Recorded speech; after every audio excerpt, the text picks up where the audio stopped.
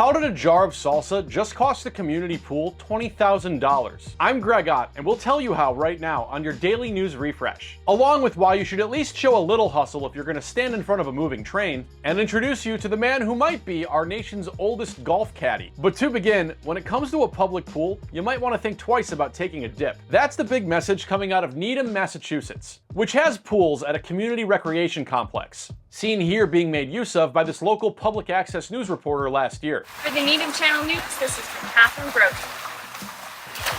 It's a nice place that offers up swim classes, water features, and even what appears to be an excited dog serving as lifeguard. But the other day on Facebook, the town's Parks and Recreation Department wrote a message stating the lap pool is closed. Joan Feeney speculated it was time for a mandatory diaper changing break. But an unexpected patch of warm water wasn't the reason behind the closure. It was a jar of salsa. No, this isn't some small town revolt against big city picante sauce. New York City!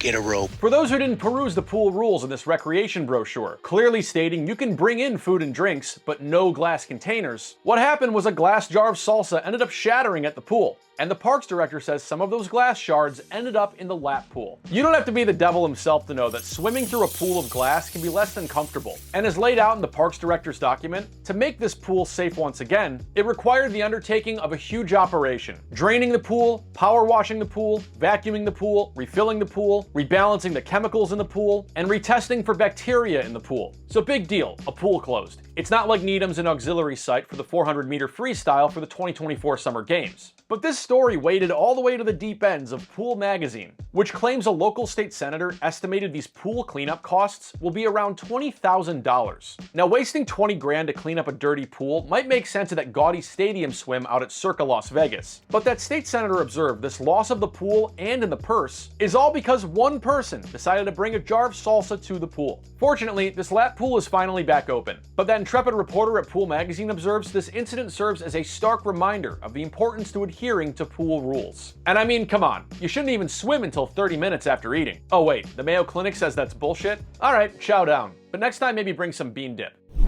Check out these people crossing some tracks earlier this year, only to, whoops, narrowly miss getting whacked by a train and scurry off. Or how about this? Someone walks their dog across the tracks and, oop, train coming by, who would have thought? Now, for those who have never had the pleasure of traversing a railroad crossing, flashing lights, sounds, and physical barriers tend to warn people that should they proceed, their fate likely won't be as graceful and bountiful as that of a cartoon cow. Hence, these videos were just released for the first time by a British railway agency to highlight bad behavior at railway crossings. They say on one of their routes alone, there were 466 incidents of railroad crossing misuse over the past financial year. Like these fools on bikes trying to beat the crossing signals only to smash into each other. Plus, 28 near misses. Here's a guy stopping his bike in the middle of the tracks, taking a quick glance, and noticing, oh, a train is coming towards me. Better get a move on. The UK's rail network is warning about this stuff because they say incidents like these tend to rise during the summer. And unlike, say, worrying that you didn't let your eel jelly for long enough before consuming, this isn't a purely British concern. As noted by our Federal Railroad Administration, here in the USA, they say 8 people or vehicles are hit by a train every day, and that 96% of rail-related fatalities over the past 10 years are due to crossing and trespassing incidents. After all, it's actually quite easy. And you know what? There's actually one easy thing you can do to avoid getting hit by a train. Don't stop on the tracks when you see a locomotive. Assuming you have that option, of course.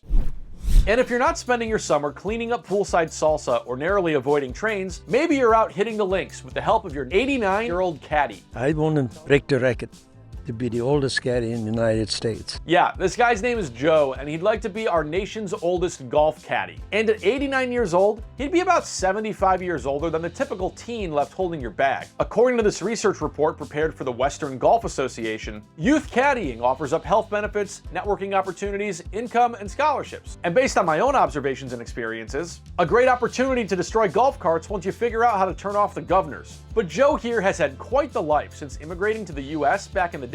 I was born in Germany in 1935. I came to the United States in 1957, and it was the best decision I ever made in my life. Come on. He worked for Oscar Mayer in Wisconsin before retiring in 1993. And according to this old local news profile, he was asked by a golf course manager to help caddy a game one day and simply became hooked. and for the past 24 years, he's been caddying at the Dunes Club in New Buffalo, Michigan. While there are plenty of younger caddies out there desperately awaiting your tips, Joe's presumed to be the oldest, though there's no Guinness World Record to recognize that feat quite yet. But hey, if he ever gets tired of caddying, he could always pivot and start to sell cars, like this 95-year-old guy in Minnesota that we just told you about here on your Daily News Refresh. My name is Greg Ott, and we bring you weird and interesting news stories like these each and every day. Subscribe and leave us a comment to let us know what you think. In this video about New York City's new official trash bins, Jimbo 5347 just wrote, "New Yorkers are so gross. I live in New York.